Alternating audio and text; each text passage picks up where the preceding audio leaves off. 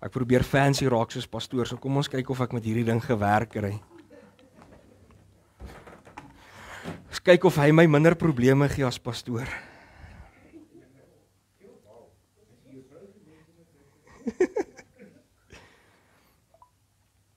Sien die verskil tussen die ding en my papiere. My papiere is dadelik reg, ek moet nou eers weer hier ingaan. Maar ek is nogal vinnig, so kyk waar was ek in. Maar ja, wie weet wat is hierdie? Het almal so ding? Nee, is 'n Bybel, het almal 'n Bybel. Ja, maar moet nou nie in die buitekant vaskyk nie. Don't judge a book by its cover. Gewoonlik as 'n Bybel so lyk, weet jy hy werk. Maar almal het so een, né? Ja, maar 'n Bybel, nie myne nie, maar almal het 'n Bybel. Okay? Lees julle die Bybel of julle Bybel wat julle het. Nou as julle Bybel lees, dan besef julle seker die Bybel is aan mekaar gesit uit verskillende boeke, né? Julle is met my. So ja, dis waartoe ek nou op pad is nou met my vraag. Maar pastoor mag nie antwoord nie, want dit is te obvious vir pastoor, maar ek gaan nie net vra hoeveel boeke is in die Bybel, want dis te maklik. Kom ek sê, hoeveel boeke is in die Ou Testament? 39. Ja, 39. Maar wag, ek het nie gesê wat se Bybel nie. Watter Bybel het 39 boeke in? Nie almal nie, die protestante Bybel het 39 boeke. Ja, 27. Ja. Want as die Katolieke se Bybel het die apokriewe in, so hy het so 'n bietjie meer in sy Ou Testament. Maar ja, ek wil vandag met julle kom gesels. Julle sal my nie glo nie. Oor iets wat my pa my geleer het. So dit moet seker 'n goeie raad wees as my pa my dit geleer het. Neem ek aan. En ons aanvaar so. En weet julle wat my pa het vir my geleer sonder om eers iets vir my te gesê het? Wat vir my en hy het dit vir my gegee toe ek 16 jaar oud was. En ek sou sê ek was dalk onverstandig geweest. Ek het nie besef wat hy vir my gelos het nie. Ek het nie besef wat dit beteken nie. Of kom ek sê ek het verstaan wat dit beteken, maar ek het nie die volheid van dit verstaan nie. Ek het nie begryp wat dit werklik beteken nie. En dit is 'n skrif wat my pa vir my gegee het in hierdie Bybel, hierdie spesifieke een toe ek 16 jaar oud geword. Hierdie was my Bybel wat ek gekry het op my 16de verjaarsdag. En my pa en my ma het elkeen verse hier voorin vir my gelos. Voor in die Bybel. Maar ek wil spesifiek oor die een praat vandag wat my pa vir my gelos het. En ek wil dit met julle kom deel, want ek het besef, daar's baie jong mense wat nie hierdie ding ook verstaan en begryp nie, wat my pa vir my geleer het nie. En vir my hartseer ding is, ek sien ons volwasse mense al oor hulle 30's en ouer wat ook nie hierdie prinsip verstaan en begryp nie. En toe dink ek wil dit kom deel wat my pa vir my geleer het, sonder om 'n woord te sê, net om 'n Bybelvers vir my te gelos het in my Bybel. En ek gaan sommer hierdie skrif vandag vir julle uit hierdie Bybel uit lees. So julle kan so lank aan op Psalm 1 toe blaai. Terwyl julle blaai, wat vir my mooi is, ek merk skrif altyd in hierdie Bybel ook. Want soos ek ouer geword het, het hy sentimentele waarde vir my gekry. So nou merk ek skrif in hom, en hy's vol highlighter merke en goeters. Soos julle kan sien, hier's Psalm 1 gemerk wat my pa vir my gelos het. En ek merk dit nie net om vir myself te herinner en om self geestelik te groei nie. Ek merk goed en ek skryf goed hier binne met die hoop dat hierdie papier lank genoeg hou, dat my kinders dit kan kry. En hoekom ek dit wil doen is, dit is my geestelike journey met die Here.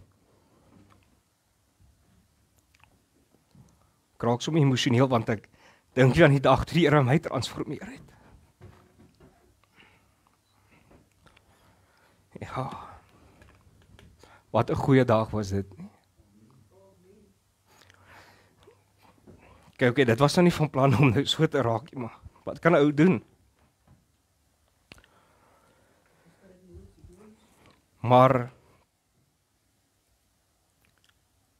as jy so iets agterlaat vir jou kinders, los jy nie net wêreldbesittings agter nie.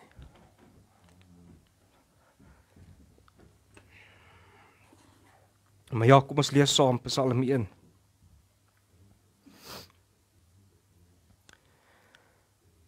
Welgeluksalig is die man wat nie wandel in die raad van die goddelose en nie staan op die weg van die sondaars en nie sit in die kring van die spotters nie. Maar sy behaag is in die wet van die Here en hy oordink sy wet dag en nag. En hy sal wees soos 'n boom wat geplant is by waterstrome, wat sy vrug gee op sy tyd en waarvan die blare nie verwelk nie. En alles wat hy doen, voer hy voorspoedig uit. So is die goddelose mense nie, maar soos kaf wat in die wind verstrooi. Nee, wat lees ek nou? Soos kaf wat die wind verstrooi. Daarom sal die goddelose nie bestaan in die oordeel en die sondaars in die vergadering van die regverdiges nie. Want die Here ken die weg van die regverdiges, maar die weg van die goddelose sal vergaan. Dit is 'n kragtige Psalm. En hy's net 6 verse lank. Kan ek 'n tissue kry asseblief? 6 verse lank, en wat ek gedink het, omdat hy so kort Psalm is en so kragtig is, gaan ek het ek besluit om dit anders te doen as gewoonlik. Ek het gedink om die 6 verse te gebruik as my hoofpunte van my preek. Want dit is vir my so diep, elke vers in hierdie Psalm. So kom ons gaan, dan begin ons by Psalm 1 vers 1, wat sê, welgeluksalig is die man wat nie wandel in die raad van die goddelose en nie staan op die weg van die sondaars en nie sit in die kring van die spotters nie. Kom ons begin by die eerste ding. Wat beteken welgeluksalig? Want ons Afrikaans is mos nou al bietjie meer vermaklik. Wat beteken welgeluksalig? Wie weet?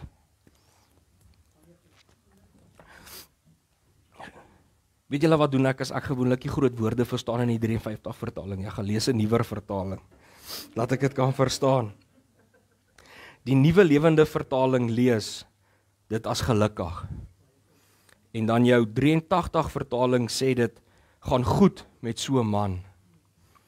So dit het met oor die gevolgtrekking gekom. Hulle sê dieselfde ding, want wanneer dit met jou goed gaan, is jy gelukkig. Is dit nie so nie? Of is jy ongelukkig wanneer dit met julle goed gaan? So hierdie Psalm kom en gee vir ons raad om 'n goeie en 'n gelukkige lewe te hê. Dit is wat hierdie Psalm kom doen en vir my kom sê veral. Nie 'n lewe vol bakleierery en drama en politiek nie, is dit nie so nie. Ken julle ook sulke mense wat se lewe altyd net vol drama is en 'n bakleiery?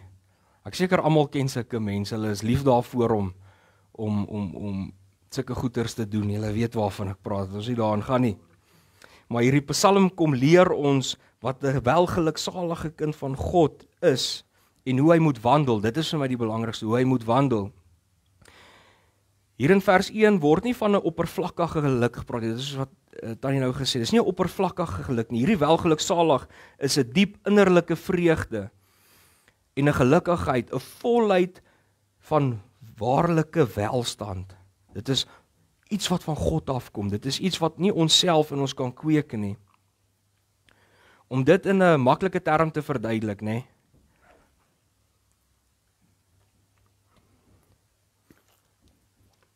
Hierdie welgeluksalige man, laat julle moet verstaan wat ek sê. Ek weet nie of julle al sulke mense gesien het nie, maar ek het al die voorreg gehad om 'n paar van hulle te gesien het in my lewe. As jy iemand nie ken nie, iemand op straat, dan sien jy die Here in daai persoon. Het julle al van sulke mense gesien? En wanneer ek daai mense sien, dan dink ek sommer altyd aan Numeri 6. Dis asof jy God se aangesig kan sien skyn op daai persoon. Jy kan sien daai vrede wat hy in hom het, daai liefde wat hy in hom het, daai rustigheid wat hy in hom het. Het julle al sulke mense gesien? En sulke mense het ook al reeds 'n doel vir hulle lewe doelgerig, het julle al gesien. Hulle word nie rondgewaai deur die storms nie, hulle ken hulle pad, waantoe hulle op pad is en wat hulle wil doen. Hierdie vers is nie oor wêreldse materiële geluk nie. Dit is 'n ware innerlike geluk en vrede, omdat jy reg lewe en reg wandel saam met God. Ons het nou oor die woord welgeluksalig gepraat, maar die volgende vers sê die man, die woordjie man. Wie is daai man wat gepraat word in vers 1? Dit verwys na 'n persoon wat geregtig lewe voor God. Dit is die persoon wat welgeluksalig is. Nou soos wat aan die Karen sê, as jy geregtig lewe voor God en doen wat die Here behaag, kan jy jou naam in die plek van daai man sit. Want dan gaan jy welgeluksalig wees. Dan kan jy sê welgeluksalig is Roland. Is dit nie so nie? Dan as ons verder lees, sien ons die skrif praat van 3 dinge wat hierdie persoon vir my, wat 'n welgeluksalige persoon vir my, wat 'n geregtige persoon vir my en nie doen nie, want hy lewe geregtig. En 'n interessante ding as ek hierdie vers lees, hierdie 3 dinge loop vir my half afwaarts. Dit lyk of dit erger word. Soos wat jy vasgevang word in hierdie ding, dan gaan dit al hoe slegter met jou, as ek dit nou so in my eie woorde kan sê. Wat die eers loop jy, wandel jy, dan gaan staan jy en dan gaan sit jy. So kom ons kyk bietjie dieper wat elkeen van hierdie goed beteken. Dan nou die eerste een wat sê die wandel. Dit is jou daaglikse loop deur die lewe. Al jou doen en late, hoe jy dinge hanteer, waantoe jy op pad is, daarso op die pad wat jy besig is nou om te wandel. En dan kom dit nou in, hè, want hy sê jy moet nie wandel in die raad van die goddelose. Die tweede een is nou die raad. Dit is wanneer jy dan nou op jou daaglikse wandel is, soos wat ons almal nou lewe, ons besig is met ons elke dag. En dan kom ander mense, dan begin jy saam met hulle wandel en hulle begin insaag gee in jou lewe. Hulle begin jou dalk raad gee. Hulle begin jou advies gee. En jy begin hulle dalk toelaat om jou te lei op die wandel waarmee jy reeds besig was. Maar dan sê die vers, die goddelose, so dit is mense wat God nie ken nie en nie 'n verhouding met hom het nie. Iemand wat nie God se karakter ken nie. Dis net 'n grappie, Mario, maar ek sien hy luister nie wat ek sê nie. Maar dit is goddelose mense wat jy nou besig is om se raad wat jy vat, wat jy nou besig was in die wandel, kom oor jou pad en hulle gee jou raad en jy begin nou vir hierdie goddelose mense luister. Dis mense wat selfsugtig lewe, mense wat skade maak en seer maak waar ook al hulle gaan. En hulle is nie eers spyt oor dit wat hulle doen nie. Jy het al gesien sulke mense, goddelose mense. Hulle worry nie eers wat hulle doen nie. Hulle lewe net vir die wêreld se plesier. In gewone plat Afrikaans moet ons nie 'n pad stap saam met sulke mense nie. Ons moet nie saam met hulle planne en hulle idees gaan nie. En ons moet glad nie hulle raad volg nie. Baie keer gee jy eers 'n ligte tree, nê? Op hulle pad. Iets eenvoudig soos jy luister na 'n kinderstorie. Dit is dalk skadeloos. Jy dink is skadeloos. Begin net so oortree. Of was iemand wat altyd sê sy skelm broer, ek weet nie wie's die persoon nie. Of jy doen dalk 'n dodgy deal saam iemand. Niemand gaan mos seer kry in hierdie ding nie, ons maak vinnig 'n geldjie, ons doen so vinnig ietsie, 'n dodgy deal. Weet jy wat? 'n Welgeluksalige man sê nee, ek wil nie eers 'n bietjie deel hê in jou kinderstorie nie. Ek wil nie eers 'n bietjie deel hê in hierdie ding of jou transaksie of wat ook al jy mee besig is nie. Hy wil nie deel hê in dit nie. Dit is wat 'n welgeluksalige persoon is en doen. Maar kom ons gaan kyk verder. Nou gaan staan jy dalk op die weg van die son daar. Jy het mos nou eers gewandel en toe begin dinge interessant lyk. Is dit nie so nie? Die kinderstorie wat aan jou vertel was, het jy nie gestop en gesê, hoorie, so moenie by my kom skinder nie. Jy het geluister. Wat gebeur? Nou begin die kinderstorie interessant klink. Nou gaan staan jy stil, nou wandel jy nie meer nie. Nou luister jy wat vertel hierdie persoon. So nou het jy gaan staan Nee.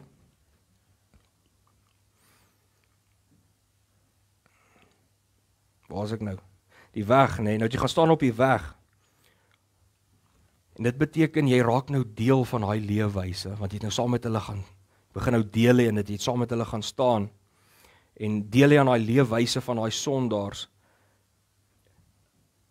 Want jy begin nou deel vorm van daai kindergesprek. As jy het gestop het, was jy nie deel van dit nie, maar sodra jy begin luister, het jy deel geword van. As iemand kom na 'n dodgy deal, jy sê nee, jy het niks met jou uit te waai nie, maar as jy begin, raak jy deel van dit. Ou mense het altyd gesê die deler is net so goed soos die steler. En weet julle wat, dit is nou nie net dit nie, dit is enige iets. Dis soos die norm van vandag om rond te slaap. Dis dieselfde. Jy kan kies om te sê nee, dis nie wat ek wil doen nie. Of jy kan net saam met dit gaan. Dit klink interessant wanneer jou vriende op skool daarvan praat. Klink interessant as jou kollegas daarvan praat, nou gaan staan jy stil by hulle. Nou wandel jy nie meer op jou weg nie, jy begin nou deel vorm van hierdie ding. Jy begin dit oordink en jy begin dit uitvoer. Die sondaars wat hiervan gepraat word, is nie mense wat net 'n fout maak nie. Dit is iets wat ons moet besef, ons almal maak foute. Dit is nie hierdie sondaar wat hiervan gepraat word nie. Hierdie sondaar is iemand wat nooit bekeer nie. Hulle sondige leefwyse, hulle geniet dit om so te lewe. Hulle bekeer nie daarvan nie. Dis vir hulle lekker om te lewe soos die wêreld. Dit is mos lekker om aardse dinge te doen, is dit nie so nie? Maar hierdie sondaars verander nooit hulle leefwyse nie. Hulle kies eerder om verkeerde dinge te doen as die regte dinge. Dit is mos wat 'n sondaar is dit nie? As jy wel geluksalig wil wees, moet jy nie gaan stil staan by sulke mense nie. Moet nie gaan deel hê in hulle leefwyse van rondslaap of verneek of skinder of wat ook al dit mag wees nie, dodgy deals of skelm wees of losbandig lewe nie. Jy moenie deel hê in daai goddelose leefwyse nie. Want dan het jy nou van jou lewenspad wat jy stap oorgegaan en by hulle gaan staan en deel gevorm van hulle. En nou moet jy oppas. Want nou gaan jy oorgaan na die derde ene toe. Jy gaan sit. Jy het gesien as ons mans kuier raam die dam of soos as jy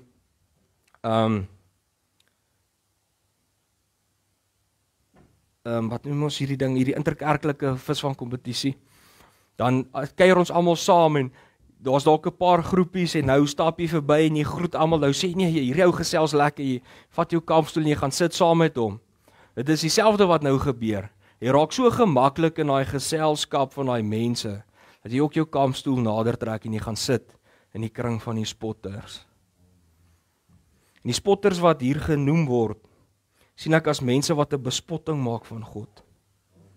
Sy goedheid of enige iets wat heilig is of enige iets wat van God afkom, 'n bespotting maak van dit. Of selfs mense wat 'n bespotting maak van jou geloof, van jou Christelike beginsels. Het jy al dit teëgekom wat mense jou spot oor die God wat jy dien, spot oor jou Christelike beginsels omdat jy nie deel vorm van hierdie wêreldse plesiere nie. 'n Interessante ding het, hoe weet jy saam met sulke mense? Dis iets wat ek al agtergekom het in my lewe. Hoor 'n bietjie as hulle praat, hulle begin brag oor hulle leefwyse. Ek het gisteraan 8 borrels brandewyn uitgedrink. Hy brandewyn het my niks gemaak nie. Hy brag oor dit. Ek het iemand lekker ingeloop met hierdie deal. Hierdie ding moes net R50 gekos het, maar ek het hom R500 uit hom uitgedruk vir hierdie ene. Nee, hulle begin brag oor hulle leefwyse. Of jou chommies by die werk, ons mans is mos so, hulle hou van rondslaap, dan sal hy sê, ek het weer geskaar oor daai meisie gisterand, ek het lekker, maar moet net nie vir my vrou sê nie. Nee, dit is mos hoe dit gaan. Moet nie vriende maak of sulke mense kies, jy moet nie tyd saam met sulke mense deurbring, jy moet nie deel word van hulle nie. Wat God sleg praat of sleg praat oor alles wat reg is en alles wat heilig is nie. Want dan is jy nie meer beïnvloed deur die mens nie, jy is net meer beïnvloed en jy deel gevorm van hulle, jy deel gevorm van hulle leefwyse, jy het ingeskakel by hulle en jy het nou gemaklik geraak om teen God te rebelleer. Die psalmskrywer se digkuns kan mens sien is deur God geïnspireer. Maar wat vir my mooi is, deur hierdie digkuns het hy so mooi gesê hoe hierdie sonde op jou opsluit. Pastoor het nou die dag amper 'n soortgelyke preek gehad, hoe die sonde lê voor die deur. Hierdie sonde kom stelselmatig, hy sluip op jou op. Jy was besig om te wandel, toe gaan staan en jy het so gemaklik geraak jy tot by hulle gaan sit en deel gevorm van hulle groep. En dit is vir my so mooi dat hierdie psalmskrywer dit so mooi ingewerk het in hierdie digkuns in. En mens kan sien dit is absoluut deur God geïnspireer, so mooi wat dit geskryf is. Maar die welgeluksalige man het nie deel nie. Hy stop dit op elke liewe vlak, soos wat ek nou nog sê, op die loop. As die raad kom, stop hy dit dadelik. Hy gaan staan nie by hulle stil nie, hy stop dit dadelik. Hy gaan sit nie by hulle nie. Dit is wat 'n welgeluksalige man doen. Dis wat 'n regverdige man doen. Soos jy, met ander woorde, as jy wil welgeluksalig wees, jy daai welgeluksalige man moet wees, moet jy dit stop. Jy kan nie deel vorm van dit nie. Anders gaan jy nooit welgeluksalig wees nie. Kom ons kyk wat sê vers 2. Ons kom nou eers by vers 2, ek dit glo. Vers 2 sê, maar sy behaag is in die wet van die Here en hy oordink sy wet dag en nag. Soos ons nou gesien het in vers 1, is dit goed wat jy nie moet doen nie. En vers 2 sê weer vir ons, die goed wat die welgeluksalige man doen. Daar staan sy behaag. Wat is behaag? Wie weet wat is behaag? Kom voor ek aangaan, kom ons maak seker ons almal verstaan, wat is behaag? Ja, dis waarvan jy hou, jou belangstelling, jou begeerte, dit is wat dit is. So jou behaag, jou begeerte, dit waarvan jy hou, moet God se woord wees. Dit is waar 'n welgeluksalige man se begeerte, sy belangstelling is in die Here en sy woord. Nee, en ook, welgeluksalige man se begeerte is ook om te leef, soos wat God van ons verwag. En hy deurdink ook God se woord dag en nag. Nee, hoeveel van ons deurdink nog God se woord dag en nag? Ek het nou gevra, hoeveel van ons lees Bybel? Almal sê ons lees Bybel, maar wie deurdink God se woord dag en nag? Hoeveel kyk na, net eenvoudig wat ons nou mee besig is, hoeveel van julle kyk na hierdie Psalm 1 of enige Psalm wat jy lees, en dan gaan dink jy verder as net wat jy lees, jy doen nou wat ek doen, jy gaan kyk wat dit eintlik hierdie Psalm eintlik sê, wie gaan deurdink dit so? As jy nie verstaan wat daar staan nie, wie vat daai skrif na die Here toe en sê, Here, praat met my, wat wil U my vertel uit hierdie skrif uit? Of lees ons nou maar net Bybel, soos wat pastoor altyd sê, om ons gewete te sis?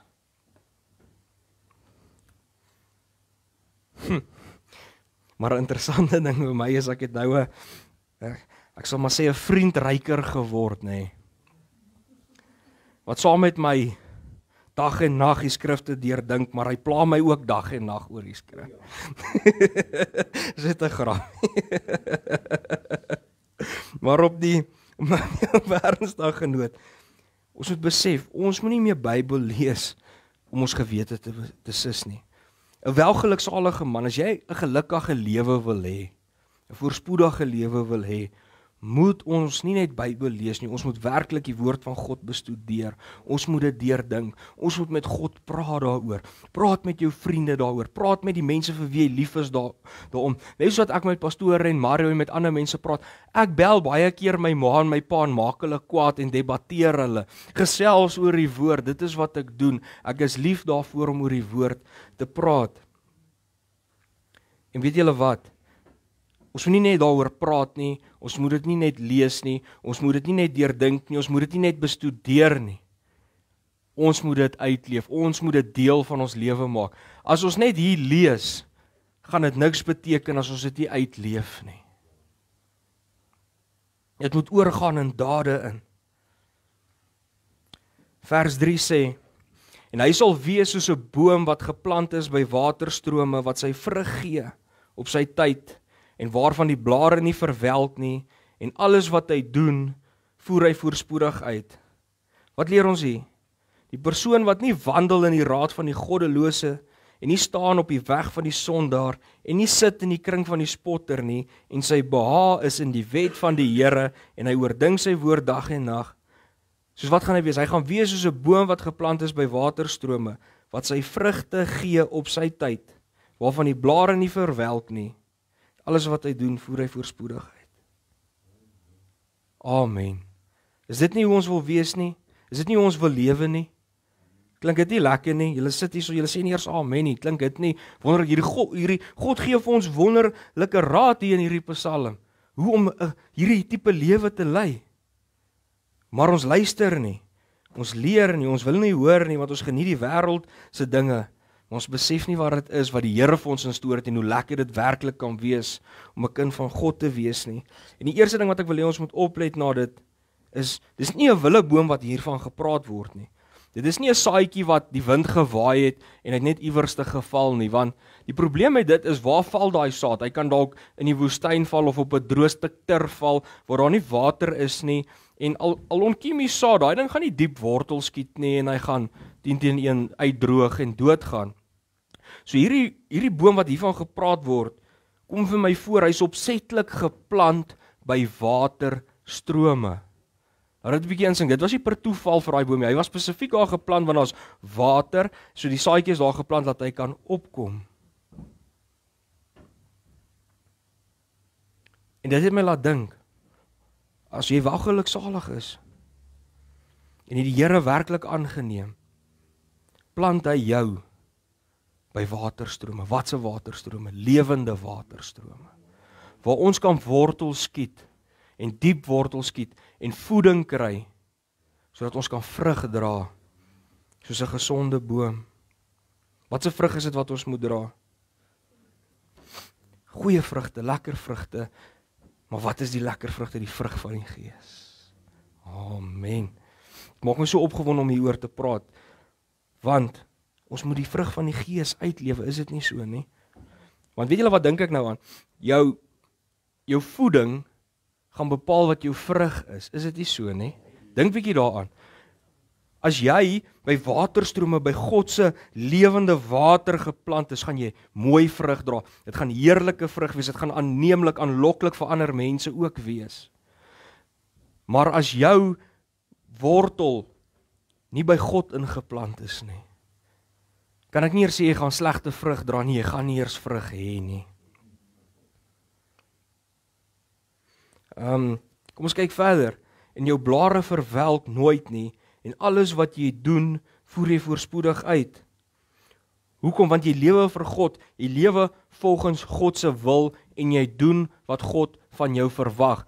As jy doen wat die Here vir jou sê om te doen, as jy luister wat hy vir jou sê, as jy hom volg, gaan dit voorspoedig uitkom, want jy volg nie jou eie paaie nie, jou eie denke, jou eie krag nie, jy volg absoluut God, en dit wat hy wil hê jy moet doen. En as jy doen wat God jou voorgeskape het, sal dit 'n sukses wees, sal sy seën daarop rus, dit sal nie misluk nie, en daarom sal jou paaie dan voorspoedig wees. En jy sal God se seën daarop sien rus. So hierdie vers beklemtoon om God se woord te deurdink en te bestudeer. En dit sal jou geestelik voed en jou laat vrug dra. En dit sal met jou goed gaan. Vers 4 sê, so is die goddelose mense nie, want soos kaf wat die wind verstrooi. Vers 4 praat hiervan die teenoorgestelde tipe mense as wat van vers 1 tot vers 3 gepraat is. Hier word van 'n goddelose persoon gepraat, iemand wat nie welgeluksalig is nie. In plaas daarvan om by waterstrome geplant te wees en sterk en 'n gesonde boom te wees wat vrug dra, is hierdie persoon eerder iemand wat onproduktief is, iemand wat nie vrug dra nie. En hierdie spesifieke vers sê, hulle is maar soos kaf. Dit is interessant, en ek weet gelukkig wat beteken die woord kaf, want ek het op 'n plaas groot geword. Wie van julle weet wat is kaf? Maar jou kaf, nê, is die buitekant van die graan, nê. Dit is soos 'n doppie van die koring, nê. Dit is wat kaf is. En jy sal sien, in die ou dae, veral in die ou dae, was daar nog nie tegnologie en goed soos nou nie. Dan wat hulle gedoen het, as hulle nou die graan gehad het om die kaf van die koring te skei, dan het hulle die koring in die lug gegooi, dan het die wind deurgekom en dan het die kaf weggewaai. En laat daai prentjie by jou insink. Want 'n boom wat geplant is by waterstrome staan vas. Hulle is nie so skaf in die wind nie. Is ons so skaf as die wind kom, maar waai hy ons net weg en ons beteken niks nie. Weet julle wat, kaf het ook geen waarde nie. Weet jy hoe hartseer is dit? Ja, weeg niks, beteken niks. Ek dink veral in die tyd toe die goed geskryf was, om besef hierdie goed, nou kan ons dalk iets met dit probeer maak met ons tegnologie, want ons hou die kaf. Ou daar die wind, die kaf weggewaal, niks met dit gedoen nie. En weet julle wat is hartseer? Baie keer mense wat op aarde is, kyk na mense wat kaf is, want dit is goddelose mense, mense van die wêreld, en hulle lyk dalk fancy. Weet julle wat hulle my dink, as jy doppie kyk, het julle al die doppie gesien van graan baie keer, dan dink jy dis graan, tot jy aan hom van sien, daar's eintlik niks meer binne nie. So mense gaan dalk dink hierdie ouens is nice, en die wêreld gaan dink hulle is sharp mense, en hulle is lekker, en al daai dinge, maar weet julle wat is hartseer, as die finale oordeel kom, en hulle staan voor God, waar hy win daai kaf weg, want dan sal dit 'n lig gevind. Hierdie is kragtige digkuns, mense, uit God se hand uit. Vers 5 sê, daarom sal die goddelose nie bestaan in die oordeel en die sondaars in die vergadering van die regverdiges nie. Moenie worry nie, ek weet ek preek lank, ek gaan nou die vliegtuig begin land hier, so ek sal hom kort knip. Maar ek wil hê, nou terwyl ek net so praat, maar dis wat ek wil hê wat julle moet beïnsink. Dit is wat hierdie Psalm ook van praat. Dis hoe ons moet begin Bybel lees. Ek kan nog langer aangaan. Dit is 6 versies wat sulke diep betekenis het. Dit is hoe ons moet begin Bybel lees, nie net oppervlakkig nie. Maar kom ons gaan in vers 5. Die goddelose. Daarom sal die goddelose nie bestaan in die oordeel en die sondaars in die vergadering van die regverdiges nie. Dink aan 'n hof vir 'n oomblik. As die goddelose voor God moet gaan staan in 'n hof. Nee, die kaf voor God moet gaan staan. Hy kan nie vas staan nie. Nou dit laat my dink aan dit as jy 'n hofscenario dink, want hy sê hierso in vers 5 by die oordeel. So dan dink ek altyd in 'n hofformaat. So nou staan hierdie goddelose persoon voor God. En enigiemand wat al 'n hofstorie gekyk het of mense staan die Karel baie in die hof was, jy moet bewyse hê dat van jou onskuld. Maar 'n goddelose mens staan voor God en hy het absoluut geen bewyse van sy onskuld nie. Al die bewyse is teen hom. Daai speeder het 'n goeie werk gedoen. Hy het probleme. Al die bewyse is teen hom, maar waar 'n boom wat geplant is by waterstrome staan vas voor God en hy sê die Here Jesus Christus het die prys vir my betaal en sy bewyse is oorweldigend. Dit is die verskil tussen die twee.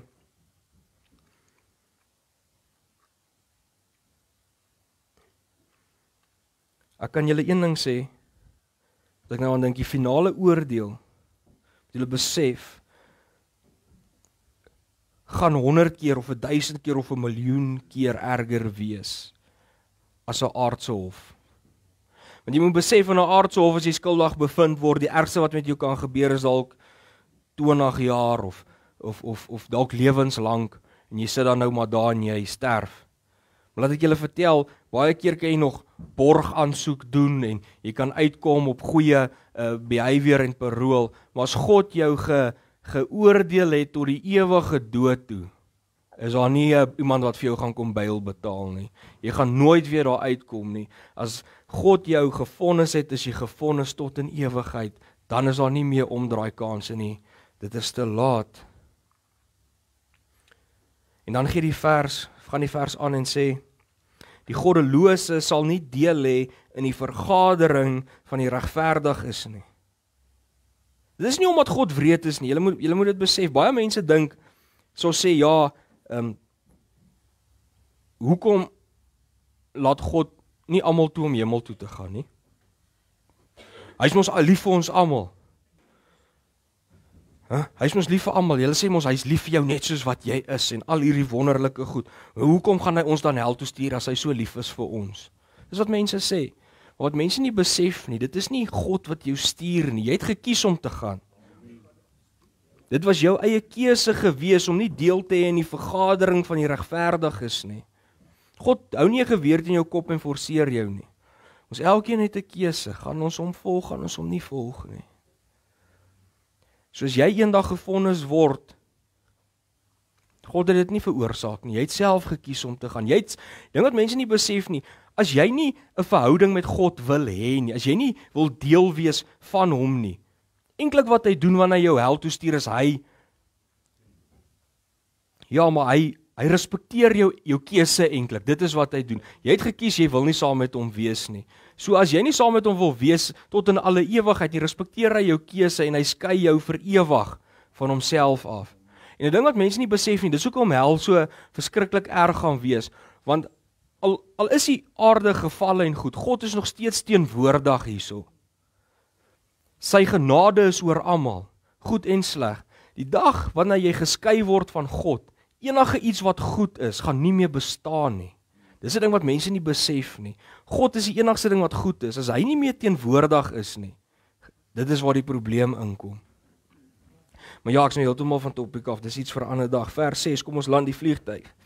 Want die Here ken die weg van die regverdiges, maar die weg van die goddelose sal vergaan. God ken van die weg van die regverdige eerstens omdat hy alwetend is. Dis deel van sy karakter. Hy is alwetend, hy weet alles. So hy ken jou nog voor jy eers iets gedoen het, weet hy alreeds jy gaan dit doen. En die tweede rede is omdat jy 'n persoonlike verhouding met die Here het as jy 'n welgeluksalige persoon is, as jy 'n regverdige persoon is. En weet julle wat? God kyk oor die regverdiges soos 'n herder oor sy skape. En net soos 'n herder sy skape lei en beskerm, net so is God saam met die regverdige persoon om hom te lei en te beskerm. Besef julle dit? As ons regverdig leef, as ons 'n verhouding met God het, hoeveel meer welgeluksalig gaan jy nie wees nie, want God gaan jou lei in al jou weë, want jy volg hom waar jy wil hê. Hy gaan wees soos 'n herder met sy skape. Maar weet julle wat se hartseer? 'n goddelose persoon het dit nie. 'n Goddelose persoon het nie iemand wat hom lei op sy weg, al die pad tot die ewige lewe nie. Want soos wat ek gesê het, hy het op die einde van die dag gekies om God te verwerp. Dit was sy eie keuse. So kom ons kies vandag om 'n behaag te hê in die Here en sy woord dag en nag te deurdink. En nie deel te word van hierdie goddelose mense en deel te word van hierdie wêreldse plesiere nie. En dis 'n ding wat ek vir julle wil sê. Ek praat met my eie ondervinding hieroor. Dit is nie iets wat ek nie van weet nie. As jy nie bande breek met die mense wat so lewe nie, as jy nie bande breek met daai vriende van jou nie, selfs familie, al moet jy bande breek met familie,